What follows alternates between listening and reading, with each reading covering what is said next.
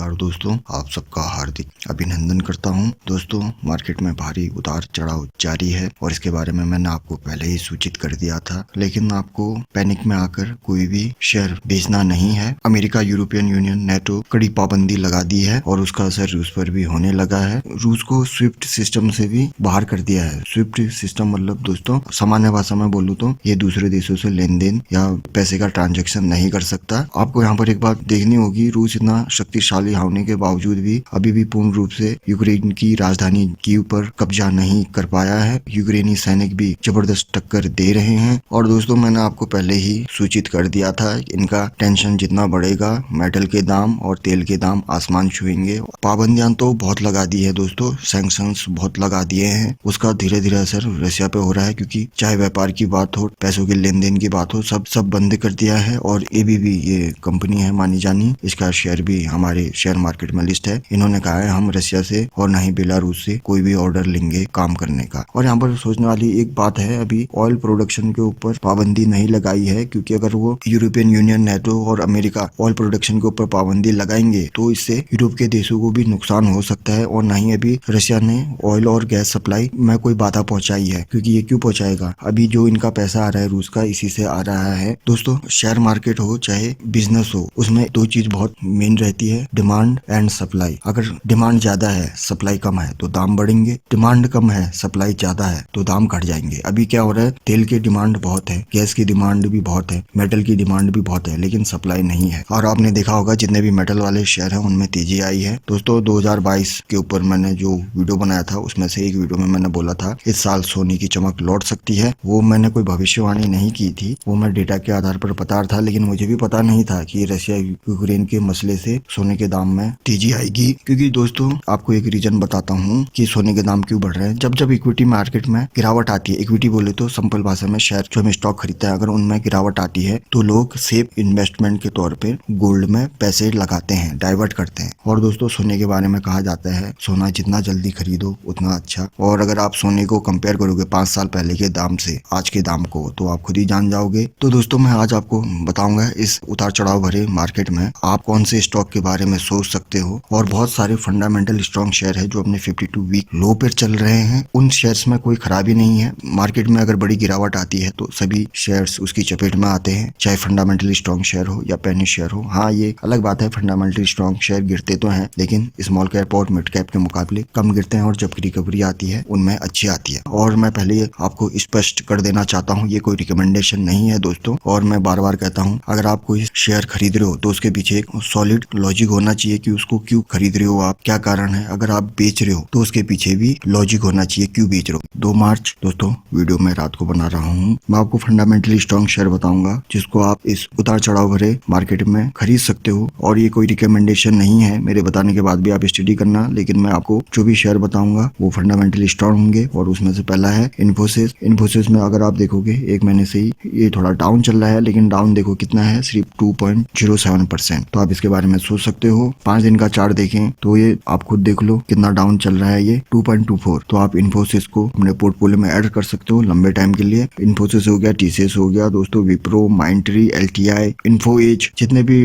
दिग्गज शेयर हैं आप उनको ले सकते हो। अगर आप इस गिरावट में खरीदने की सोच रहे हो तो आपको स्पेसिफिक रहना पड़ेगा। तो जो भी आपकी पहली पसंद होनी चाहिए वो आईटी सेक्टर होनी चाहिए। और इन्फोसिस ने मेटावर्स, आपने नाम सुना होगा मेटावर्स का, उसमें भी एंटर कर लिया है। उससे संबंधित भी ये बिजनेस प्रोवाइड कराएगी। और ब्लॉकचेन टेक्नोलॉजी, एआई की बात हो, सब जगह इन्फोसिस काम कर रही है। सरकार से भी उसको ऑर्डर मिलते हैं। आईटीआर फाइलिंग की जो वेबसाइट है उसका काम भी इनको मिला था। दोस्तों, मैंने आपको पिछले साल से, जब से मैंने चैनल बनाना शुरू किया है, मैंने आपको बताया था इंश्योरेंस सेक्टर भी आने वाले टाइम में अच्छा करेगा। एचडीएफसी लाइफ हो गया, एसबीआई लाइफ हो गया, ये अच्छा करेंगे। भले ही एलआईसी आ जाए, एलआईसी का आईपीओ आ जाए, लिस्ट हो जाए एलआईसी का शेयर, तो एलआईसी के आने से ये कोई कंपनियां खराब नहीं हो जाएंगी, कॉम्पिटिशन बढ़ेगा तो अच्छा रहेगा, क्योंकि ये सर्विस अच्छी देंगे। एचडीएफसी लाइफ को भी आप ऐड कर सकते हो। 1 महीने की बात करें तो आप देख सकते हो 11% डाउन है ये, तो आप इसके बारे में सोच सकते हो। और आने वाले टाइम में इंश्योरेंस सेक्टर ग्रो करेगा, क्योंकि कोविड के बाद से ही लोगों को पता चल गया है कि इंश्योरेंस भी जरूरी है। अभी भी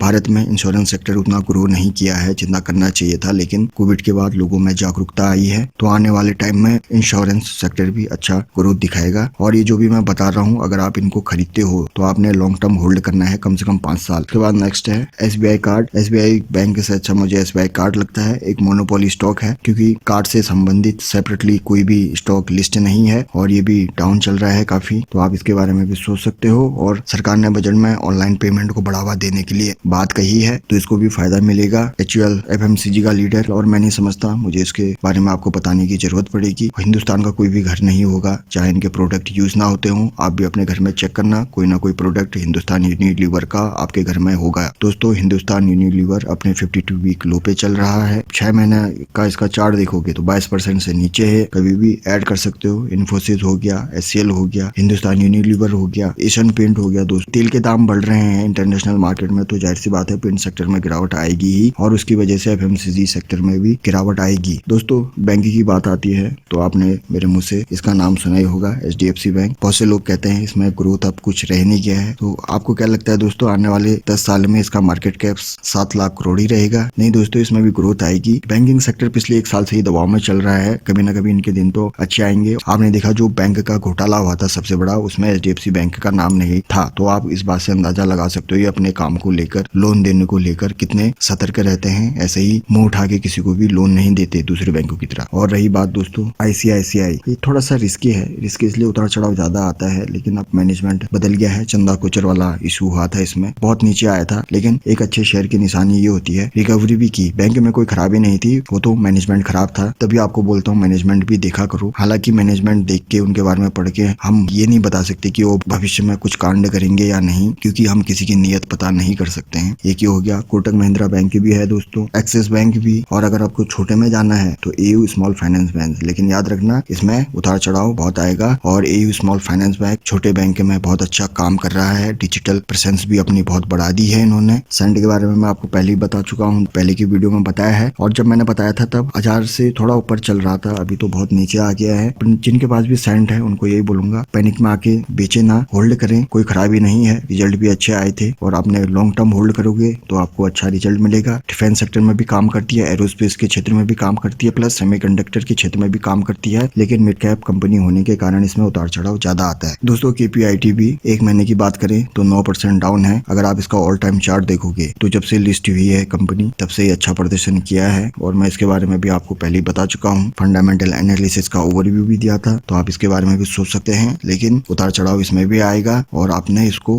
लॉन्ग टर्म के लिए होल्ड करना है। और इलेक्ट्रिक व्हीकल में आप टाटा मोटर्स हो गया, इसको भी खरीद के रख लो। टाटा पावर, टाटा केमिकल, ये इनका 3 कॉम्बो बना दो। इलेक्ट्रिक व्हीकल में एक और टाटा ग्रुप की बेहतरीन कंपनी टाटा एलेक्सी, इसके रिजल्ट भी अच्छे आए थे दोस्तों। और टाटा एलेक्सी में आपको एक प्लस पॉइंट और मिलेगा, सेमीकंडक्टर के क्षेत्र में भी काम करती है। दोस्तों ये मेरा फेवरेट स्टॉक है, लेकिन ये मेरे पोर्टफोलियो में नहीं है। 2020 में मैं इसको खरीद नहीं पाया था। अगर आप इसका ऑल टाइम चार्ट देखोगे, इससे बेहतरीन चार्ट मैंने और किसी का नहीं देखा। 2020 में भी देखो दोस्तों, ये कितना तक आया था, 1200 तक आया था, ज्यादा गिरावट नहीं थी इसमें। तो ये पिडीलाइट भी दोस्तों ऐसा स्टॉक है जिसको आप कभी भी खरीद सकते हो लॉन्ग टर्म इन्वेस्टमेंट पर्सपेक्टिव से। जिनको पिडीलाइट पता नहीं, खैर मैं नहीं समझता कि पिडीलाइट आप ना जानते हो, लेकिन फिर भी बता देता हूँ नए लोगों को। फेविकॉल का नाम सुना होगा आपने, फेविक्विक का नाम सुना होगा, तो ये पिडीलाइट के ही ब्रांड है, और भी बहुत सारे ब्रांड है इनके। जोड़ने की बात हो तो पिडीलाइट का नाम सबसे पहले आता है। कंस्ट्रक्शन में भी इनके प्रोडक्ट यूज किए जाते हैं, चाहे प्लाईवुड चिपकाना हो, और इन्होंने अपने नाम को ही ऐसा ब्रांड बना दिया। चाहे जहाँ पर चिपकाने की बात आए, जोड़ने की बात आए, ग्लू की बात आए, तो सबसे पहले फेविकॉल का नाम ही मुंह से निकलता है। दोस्तों एशियन पेंट, मैं नहीं समझता, मुझे इसके बारे में आपको बताना पड़ेगा। पिछले साल विसल ब्लोअर की खबर आई थी, मैंने इसके ऊपर वीडियो भी बनाया था, और इसका शेयर 2600 के आसपास तक आया था उसकी वजह से। लेकिन आप इनके मैनेजमेंट पर ध्यान देना, इनका मैनेजमेंट कितना प्रोएक्टिव है। विद इन 1 डे उन्होंने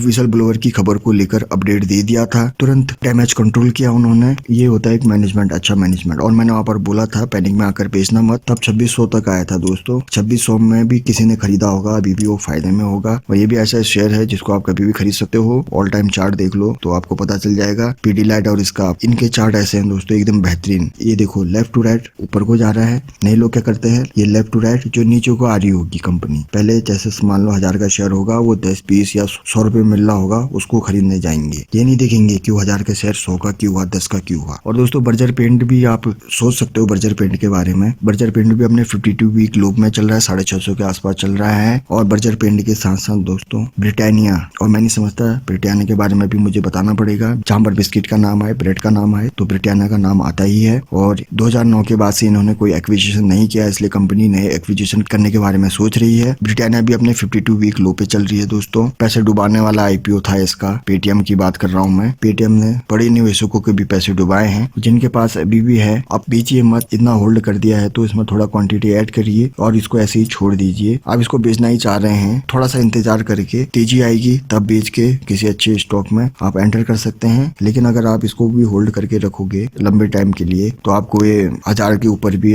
इसके लेवल्स देखने को मिल जाएंगे, लेकिन लंबा इंतजार करना पड़ेगा। और बजट में ऑनलाइन ट्रांजैक्शन को लेकर बात कही है कि ऑनलाइन ट्रांजैक्शन को बढ़ावा देंगे। आप जानते हो फिनटेक कंपनी है तो इसको भी फायदा मिल सकता है। और दोस्तों मैंने आपको अपने पिछले वीडियो में पहले ही बता दिया था, जितना रशिया और यूक्रेन का तनाव खिंचेगा उतना ही ऑयल, गैस और मेटल्स के दाम में तेजी आएगी। तो मेटल्स में ज्यादा ट्रैक नहीं करता, लेकिन फिर भी मेटल में JSW स्टील 600 के आसपास चल रहा होगा। अच्छा स्ट्रॉन्ग शेयर है दोस्तों। और टाटा स्टील, और नए में अगर आप चाहो तो श्याम मेटेलिक्स के बारे में भी सोच सकते हो। इसका आईपीओ पिछले साल ही आया था श्याम मेटेलिक्स का। तो आशा करता हूँ दोस्तों आपको वीडियो पसंद आया होगा। कोई रिकमेंडेशन नहीं है, स्टडी पर्पज के लिए है। मेरे बताने के बाद भी आप स्टडी करना। आप स्वस्थ रहें, खुश रहें। बहुत बहुत धन्यवाद।